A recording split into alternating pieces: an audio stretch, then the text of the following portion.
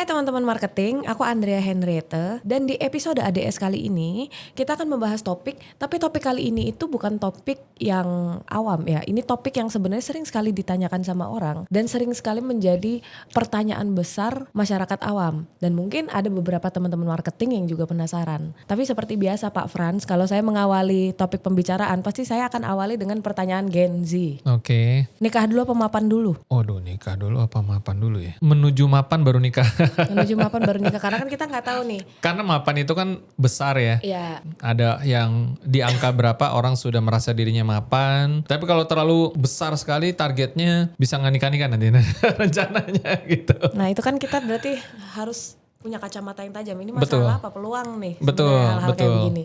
Nah kalau saya lempar ke pertanyaan, kalau ini pertanyaan orang-orang yang bukan netizen ya Pak, saya sih belum pernah nemu Gen Z nanya kayak begini. Saya menganggapnya Bapak tuh spesialis lelang dan cesi. Oke. Nah sering sekali saya ngelihat orang-orang yang menjelaskan tentang lelang dan cesi, mereka itu bilang kalau oke, ada beberapa yang menganggap ini, wah ini bisa nih karena murah harganya. Iya. Umumnya itu biasanya harganya di bawah pasaran, tapi beberapa orang bilang ini beresiko gede. Iya. Dan terus ada yang bilang, jadi sebenarnya lelang dan cesi ini dia masalah atau peluang Mbak sebenarnya? Masalah atau peluang kita akan simpulkan di akhir episode ini teman-teman. Oke. Oke. Tapi memang benar bahwa sekarang kalau orang mau cari informasi paling dari YouTube, dari TikTok, dari Google, mungkin AI sekarang gitu ya. Tidak sedikit juga yang melihat permasalahan-permasalahan yang muncul dari transaksi-transaksi baik lelang maupun CC. Ada yang bilang nanti nggak bisa kosong lo, nanti nyangkut lo uangnya lo, ya kan? Nah, dan masih banyak lagi. Padahal kalau kita mau objektif teman-teman, memang berita-berita negatif itu pasti sering munculnya ke permukaan. Kayak misalkan di lautan kita lihat ada sampah-sampah ya gitu ya. Nah sampah-sampah tuh kebanyakan itu dia ngambang tuh di atas permukaan laut tuh. Jadi yang kelihatan itu biasanya yang sampah-sampahnya. Iya. Tapi yang bagus-bagusnya, yang berhasil, mereka ya nggak testimoni. Jadi kalau misalkan mau digali lebih dalam, yang berhasil jauh lebih banyak, yang sukses jauh lebih banyak. Tapi mereka nggak pada ngomong, nggak pada cerita, wajar. Iya. Nah tapi kita juga mau bahas dari sisi masalahnya. Simple sebenarnya teman-teman. Kenapa sih bisa jadi masalah? Satu, karena nggak pengalaman. Dua, karena nggak tahu dia. Dan ini hal klasik di mana ketika orang sudah punya kemampuan beli, dia beli dulu baru mikir masalahnya. Kebanyakan orang itu masalah karena dia kaya terlalu cepat mungkin. Oke. Dia udah punya uangnya dulu. Mapan dulu Mapan itu. dulu, ya kan? Dia sanggup beli lelang, mikir masalah belakangan. Oke. Dia sanggup beli cesi, mikir masalah belakangan. Nah, tapi sekarang kan kita mau belajar. Apa sih cesi? Apa sih lelang? Benar-benar masalah atau benar-benar peluang? Sorry Pak, berarti lelang sama cesi ini beda? Beda. Lelang beda, cesi beda. Jadi memang ada yang suka bilang gini, lelang cesi. Sebenarnya itu dua kata yang terpisah. Lelang ya lelang, cesi ya cesi. Nah yang membedakan dua itu apa Pak? Paling umum sebenarnya itu lelang. Oke. Nah, kalau bicara lelang adalah pemasaran suatu aset secara lelang, Oke. auction.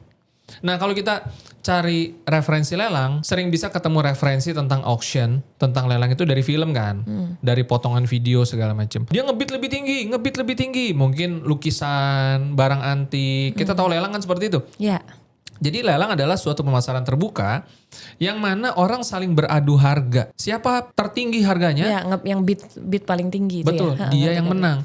Memang secara umum lelang itu seperti itu, termasuk dalam lelang Properti. Oke. Tapi lelang itu sendiri sebenarnya terbagi dua. Ada yang sukarela dan ada yang eksekusi. Ada yang dipaksa. Nah, kita bicara dalam konteks ini sebenarnya adalah lelang eksekusi. Oke. Kenapa bisa eksekusi? Kredit macet. Kredit macet. Oke. Jadi lelang tuh banyak. Tapi secara khusus kalau kita bicara properti itu biasanya lelang eksekusi. Dari kredit macet. Oh. Ya kan? Nah, ujungnya adalah apa? Berarti yang dijual melalui mekanisme lelang dengan bidding-bidding tadi itu adalah asetnya, kepemilikannya. Jadi setelah kita menang lelang itu akan beralih ke pemilikannya, sertifikatnya. Setiap tanah dan bangunan itu ada sertifikatnya dong. Kalau nggak bodong dong berarti. Iya benar. Ya kan? Patok aja gitu kan. Kalau kita AJB nih, kita jual beli biasa. Ya. Kita transaksi, deal, pembeli, penjual, notaris, akte jual beli, ya kan? AJB, akte jual beli hanya bisa diterbitkan oleh notaris, cuma notaris yang boleh. Iya. Nah, lelang itu nggak sama dengan AJB, jalurnya beda, cara pemasarannya beda. Gini, kalau AJB, saya punya rumah, saya mau jual nih, Andrea sebagai agent, tolong jualin. Oke. Ada pembeli, siapa misalkan? Arni misalkan, ya kan? Akhirnya deal, DP masuk, pelunasan di satu ruangan biasanya ada notaris. terbitin AJB, tanda tangan, udah selesai. Lanjut balik nama kepemilikan, ya kan? Sertifikat, balik nama sertifikat di BPN. Prosesnya seperti itu. Kalau lelang, yang menjual bukan si pemilik sertifikat tanah dan bangunan itu. Yang menjual adalah yang disebut ya secara formal pemegang hak tanggungan. Oh mungkin kalau kendaraan nyebutnya leasing kali ya? Apa bukan? Sama kayak leasing bukan? Serupa tapi tak sama lah. Oke. Ya. Jadi kreditur adalah orang yang atau pihak yang meminjamkan duit. Andrea misalkan ngutang sama saya bank nih misalkan. Oke. Datang ke saya karena mau bisnis segala macam, mau merit gitu ya kan contoh. Nah, terus bawa agunan dong. Agunannya apa? Sertifikat kan. Umumnya sertifikat gitu. Singkat cerita akhirnya udah diterima pengajuan kreditnya dengan agunan yang ditaruh di bank. Agunan sertifikat ini kan nggak cuma ditaruh toh, diterbitkan dong perjanjian kredit. Supaya apa, minjem apa, buat apa, dan ya nominalnya berapa dan sebagainya. Nah, lalu juga ada hak tanggungan. Hak tanggungan itu kan tadi kan kita buat sertifikat nih. Agunan kan sertifikat. Sertifikat ini harus dicatatkan oleh BPN bahwa sedang jadi agunan. Jadi posisi statusnya jelas. Dicatatkan oleh negara terlibat dari awal. Dicatatkan. Supaya apa? Supaya jangan sampai nanti ada motif tidak baik. Contoh duitnya udah cair nih. Duitnya udah cair tapi ngaku-ngakunya sertifikatnya nggak diagunkan. Kan nggak boleh begitu dong. Iya. Ya kan? Makanya dipasang namanya hak tanggungan. Ketika kemudian macet, maka hak tanggungan itu yang namanya hak tanggungan. Jadi dia punya hak untuk menagih dan melelang. Siapa? Kreditur yang pinjemin uang. Yeah. Jadi kalau macet ya udah lelang. Dasarnya itu gitu. Nah, ketika kemudian terlelang, berarti ada pemenang lelang. Lelang ini kan dilaksanakan di mana? Penyelenggaranya KPKNL, Kantor Pelayanan Kekayaan Negara dan Lelang, KPKNL. Itu negara tuh, bukan swasta. Pejabat lelang kelas 1. Sama seperti AJB yang hanya bisa diterbitkan oleh notaris, maka hasil lelang yang sah, risalah lelang hanya bisa diterbitkan oleh pejabat lelang tingkat 1. Berarti yang dari kantor itu tadi ya? Betul, KPKNL. Makanya jalurnya beda, AJB sama lelang. Kalau AJB, pemilik sertifikat yang jual, yang duduk bareng tanda tangan di AJB itu pemilik sertifikat. Tapi kalau lelang, nggak butuh lagi tanda tangan pemilik sertifikat, karena jalurnya berbeda. Tapi kenapa Pak kok banyak orang yang bilang ini potensi bermasalahnya itu besar? Karena dia nggak ngerti. Biasanya kalau saya boleh tahu nih Pak, pengen tahu aja masalah apa sih yang sering terjadi dalam proses lelang itu? Oke, biasanya paling umum adalah pasca lelang yang sering dibahas sama orang, yaitu pengosongan. Udah beli murah, udah dapet, tapi nggak bisa kosong, saya nggak bisa nempatin. Oh, gitu. Karena ada prosedur yang harus dilakukan. Nah, kalau di Agent Property Indonesia, kami manajemen yang ngurusin. Karena kita pengen pembeli itu merasa nyaman. Dia tujuannya beli buat apa, kita udah tahu. Dia udah bersedia bayar, ya kan? Kita ngurusin semua sampai beres. Itu kalau lelang, makanya kita sebut jualan paket lelang. Paket lelang ini pengertiannya agar si pembeli merasa nyaman. Setelah dia menang, ya nggak cuma menang, balik nama sertifikat, ya dong. Iya. Lalu sampai serah terima. Nah, kita udah banyak testimoni yang kemarin beli serah terima, lalu masuk ke YouTube-nya kita juga sudah ada. Oke. Meskipun nggak semua, karena ada yang malu-malu kalau depan kamera kan gitu. Nanti teman-teman mungkin bisa cek ya. Bisa, ya kan? Jadi itu lelang. Ya tentunya gini, kalau misalkan si pembeli itu mengcompare, kalau AJB kan lebih cepet Pak. Iya betul, kan gini loh. Kita mau belinya di mana? Kan jalurnya beda. Iya. Masing-masing ada keuntungan, ada kelebihannya. Kalau saya cari rumah mau murah, kemarin Panji kan ngomong, Iya. oh ini rumah mahal ya kan? Ya belinya lelang, Iya. murah. Oke. Ya kan? Ada kompensasinya. Kalau udah murahnya banget, nunggu wajar dong. Ya, nggak sama kayak yang beli AJB langsung tadi. ya. AJB belinya harga pasar. Diskon paling 10%. Itu aja udah bagus dapat diskon. Belum tentu ya ternyata. Belum tentu loh. Oh. Ya namanya harga pasar kan negosiasi dong. Cocok nggak cocok. Sama kayak kita beli rumah sama developer. Kan sering ada pameran. Iya. Belinya apa? Beli gambar. Rumahnya udah ada? Belum ada. Ada yang udah ada. Tapi kalau kita bicara developer baru jualan. Rumahnya belum ada. Belum dibangun. Lo masih tanah. Kan gambar site plan. Baru pameran. Paling rumah open house. Pameran dengan rumah-rumah yang rumah contoh. Oh. Kan kebanyakan orang jualan kan masih tanah. Oh, masih tanah. Ada Saya sih baru yang memang tahu. udah jadi. Tapi itu biasanya udah di tahap keberapa. Oke. Tapi kalau misalkan baru biasanya dia jualan pameran belum ada rumahnya. Sama apartemen juga begitu. Emang apartemen ini udah kebangun? Belum. Dia udah jualan. Ya jualan dong. Kalau nggak duitnya nggak muter dong. Pokoknya gini. Kita lihat setiap jualan itu ada karakteristiknya. Orang beli sama developer juga harus nunggu. Nunggu rumahnya dibangun. Serah terimanya berapa lama biasanya? 18 bulan. Coba cek PPJB. Rata-rata 18 bulan. Bisa lebih cepat mungkin. Tapi rata-rata ada juga yang molor. Ada juga. Setahun lebih lah ya gambarannya. Setahun lebih rata-rata gitu. Orang mau nunggu gak? Dia udah bayar loh. Ya mau tidak mau. DP mungkin ada cicilan apa mungkin ya. Tergantung lah mekanisme beda-beda. Tapi dia mau nunggu. Kenapa dia mau nunggu? Karena udah bayar Pak. Iya, satu dia udah bayar. Dua dia tahu karakternya. Oke. Iya dong. Memang saya beli di sini karena saya ngerasa oh ini developer keren. Lokasi nanti bakal bagus. Kan orang presentasi begitu. Nah balik lagi kalau kita balik ke lelang nih. Kalau kita mau beli murah sekali lagi. Ya kan. Hemat banyak. Diskon gede. Berarti apa? Keuntungannya besar dong. Iya. Kalau kita mau jual lagi, kalau kita mau sewain, dapat yieldnya setahun itu bisa jadi gede. Iya. Bisa dapat 10%. Bahkan lebih mungkin, ya kan? Nah, akibatnya berarti ada kompensasinya dong. Iya. Kalau udah dapat murah, murahnya misalkan 40%. Oh, gede Contoh, sekali itu. ya kan dari harga pasar nih. Mau nggak kita nunggu setahun misalkan? Kalau udah tahu jelas-jelas murahnya 40%. Kan Mau. itu. Ya kan? Menurut saya mau Pak. Kita logika aja, kalau kita deposito deh. Deposito 4% paling, 3%. Oke, ada yang bilang reksadana misalkan, reksadana atau obligasi misalkan. Bisa apa 7%, 8%. Oke, kita gedein 10% deh. Tetap nunggu setahun. Nunggu saya, kalau saya mau. Ya kan? Nah, kalau dia bisa dapat diskon 40%, berarti itu kan lebih dari 10% dong. Iya, hampir Ya kan? separuh. Artinya apa? Masa nunggu setahun gak mau? Mau kalau saya Untuk Pak. diproses? Kalau saya mau. Nah, kira-kira seperti itu. Jadi poinnya adalah pertama pembeli harus tahu profil dirinya, ya harus siap uang, cash, harus mau nunggu dan tahu dia beli apa. Dan itu banyak banget. Karena kita balik lagi, kita bicara dunia properti, tanah dan bangunan itu dahulu kala ada istilah tuan tanah kan gitu loh. Nah, itu sering banget saya dengar tuh. Zaman sebelum era instrumen investasi apa-apa, itu tanah, itu investasi. Sampai sekarang masih relevan. Makanya sehingga kita jualan properti murah itu dalam tanda kutip mudah lah. Rebutan pasti Rebutan. Nah sekarang tinggal teman-teman perlu paham. Sebagai marketing, sebagai pembeli, lelang itu apa sih? Perlu nggak kita takut berlebihan? Kita takut juga sebenarnya cemas, khawatir karena nggak ngerti, karena nggak pengalaman. orang. Oke. Nah, itu kan lelang. Kalau Cesi? Nah kalau Cesi satu tahap di belakangnya lelang. Belinya beli piutang. Oh, saya nggak ngerti ini. Ada gimana. tadi ada kredit macet, lalu dilelang. Ya. Yang dilelang adalah asetnya.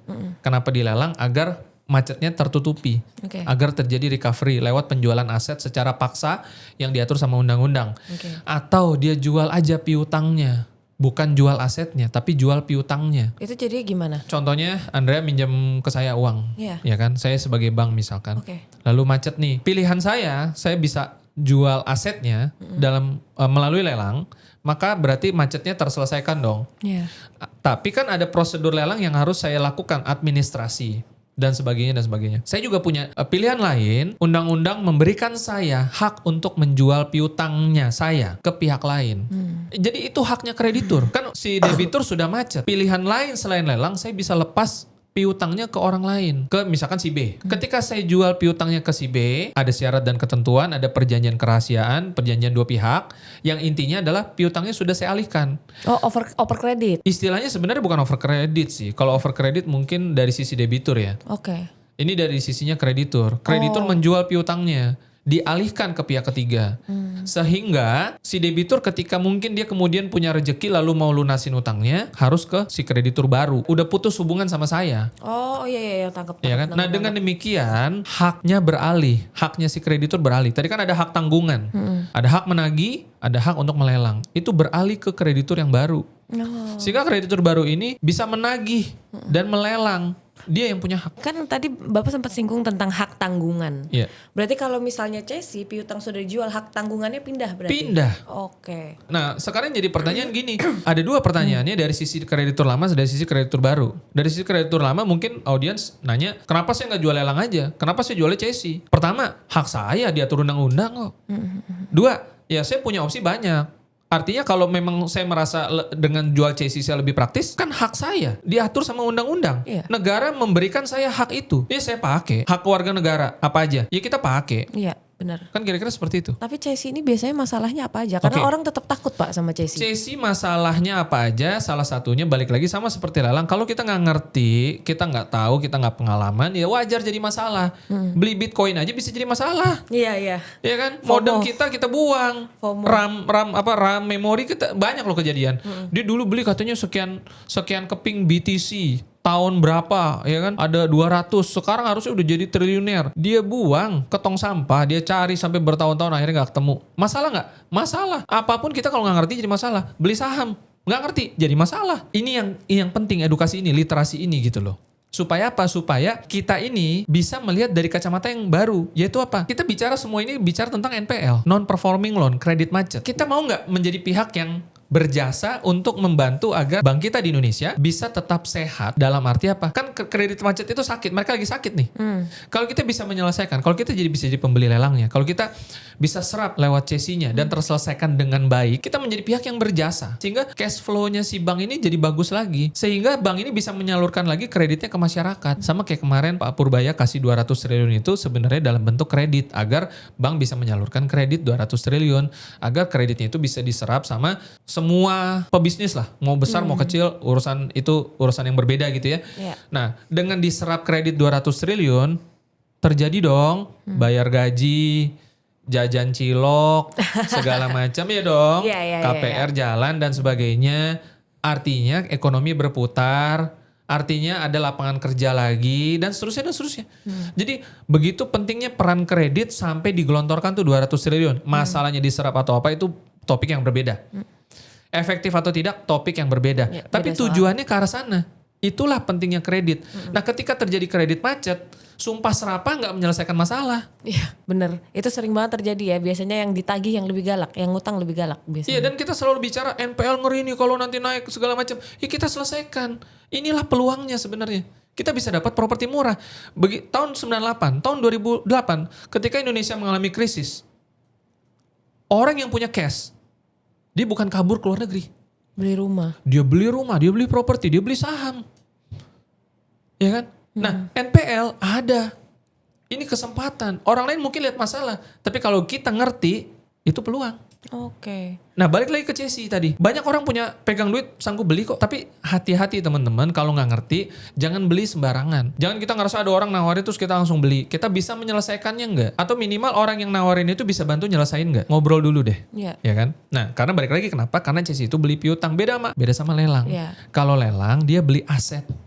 Dia beli kepemilikan. Kalau Chelsea dia beli piutang. Artinya dia harus menjalani prosedur tambahan agar bisa jadi uang atau bisa jadi aset. Tidak serta-merta, beda sama posisinya lelang. Lelang itu udah di depan. Berarti misalnya saya beli properti, aset properti Chelsea. Tapi asetnya mau saya lelang aja. Saya nggak mau ini, boleh itu. Nggak mau apa? Saya nggak mau pokoknya saya nggak mau berurusan sama si debiturnya. Oh. Saya mau lelang aja. Itu Oke. boleh berarti? Itu tidak bisa. Oh, nggak bisa. Suka tidak suka, mau tidak mau pasti berhubungan sama debitur. Pertama kenapa? Harus diberitahu bahwa sudah beralih. Kalau tiba-tiba saya mau bayar, terus saya datang ke kreditur lama, saya mau lunasin, kan si kreditur lama pasti ngasih tahu sudah beralih. Teman-teman, kalau kita punya CC gitu ya, salah satu keuntungannya adalah kita bisa terima untung dari pelunasan. Oke. Iya dong, ada kredit macet. Dia ada rezeki buat bayar lunas. Bayarnya ke kita yang udah punya CC. Dapat untung dong. Dapat. Ya kan kita udah tahu belinya berapa, kalau ada pelunasan berapa. Ya biasanya pasti kan lebih gede pelunasan kan. Iya, pasti kita cari yang ada untungnya. Nggak mungkin Iya. kita beli yang nggak ada untungnya, ngapain gitu loh ya kan. Logika bisnis gitu kan. Iya. Artinya apa? Pelunasan, untung. Beli 1M, terima pelunasan 1,5 misalkan. Rata-rata sih hitungan berapa bulan, nggak nyampe setahun udah dapet. Kalau memang posisinya memungkinkan terjadi pembayaran dari si debitur. Ya ini probability namanya ya kan. Tapi bisa terima pelunasan? Bisa. Untung nggak? Ya untung dong. Untung. Ngapain ditolak? Dan nggak boleh ditolak. Ya intinya gini, kalau tagihan kewajibannya misalkan 2M gitu ya, terus anggaplah itu kan udah bunga, udah denda, segala macam, ya kan? Ya kalau kita mau kasih diskon 100 juta, ya itu haknya kreditur. Tapi kalau misalkan dia nggak mau ngasih, ya itu haknya kreditur juga. Karena kan sudah tertulis berapa total kewajibannya, kira-kira gitu. Ya kan? Jadi enak. Udah jelas gitu loh. Iya. Bukan yang ngitung-ngitung, ini technical kayaknya kalau ditarik chart nanti bakal begini, nggak begitu. Udah Iya. jelas. Udah jelas gitu loh. ya. Ada tertulis gitu loh.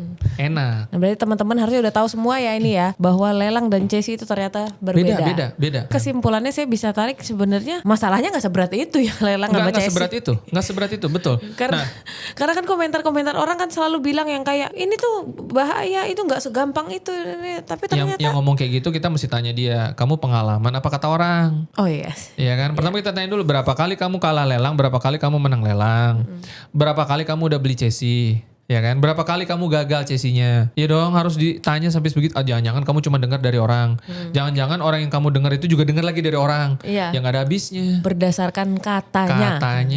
Nah mungkin teman-teman marketing yang pengen tahu soal lelang dan cesi bisa dong ya ngobrol-ngobrol sama kita di sini, bisa dong Pak. Oh bisa banget. Makanya kan kalau teman-teman agent dia mesti ngerti yang kayak begini, dia mesti Iya. belajar ikut training, ikutin ADS ya kan, ikutin scoringnya. Belajar itu tuh nggak cukup cuma nonton satu episode. Iya. Dia mesti berkali supaya apa? Supaya dia bisa nerangin sama pembelinya. Oke. Jadi pembelinya juga, ternyata agentnya ngerti, ternyata tempat saya beli ini bukan cuma ngerti, tapi praktek. Jadi feel safe, feel good gitu loh. Biasanya kan pembeli itu punya naluri sendiri dan dia akan menilai agent yang menjual. Kalau agent yang menjual biasanya saya juga males Pak beli, jujur aja. Betul. Kita kan sebenarnya mau beli apa sih? Mau beli kenyamanan, mau beli kemudahan, ya kan? Saya ambil contoh simpel deh. Ada 2 barang, taruh mobil deh misalkan. Oke. Sama persis merek apa semua sama gitu ya. Tapi harganya beda, salesnya beda.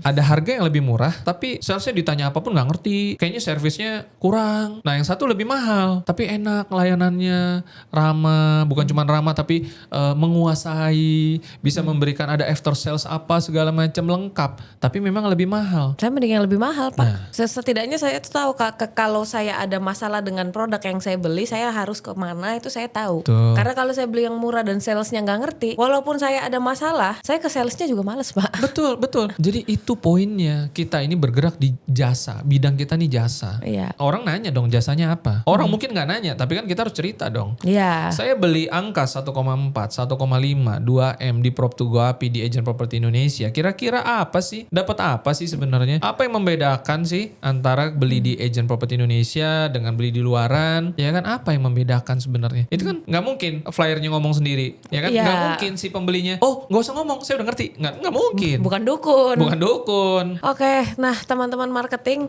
itulah yang sering menjadi pertanyaan orang banyak, terutama orang-orang awam ya Pak ya, Benar. tentang lelang dan cesi. Nah kalau teman-teman marketing pengen mengulik info lebih dalam lagi terkait marketing properti, mungkin spesial untuk lelang dan cesi, teman-teman bisa banget like video ini, terus subscribe dan nyalakan tombol loncengnya. Sama satu lagi, Apa tuh, Andrea Pak? dan teman-teman boleh tulis di komen apa topik lelang dan cesi yang mau dibahas. Nanti kita bikinin videonya. Nah iya, kalau misalnya teman-teman marketing masih ngerasa belum puas nih sama penjelasannya Pak Frans, masih ada pertanyaan, kalian boleh tulis di kolom komentar.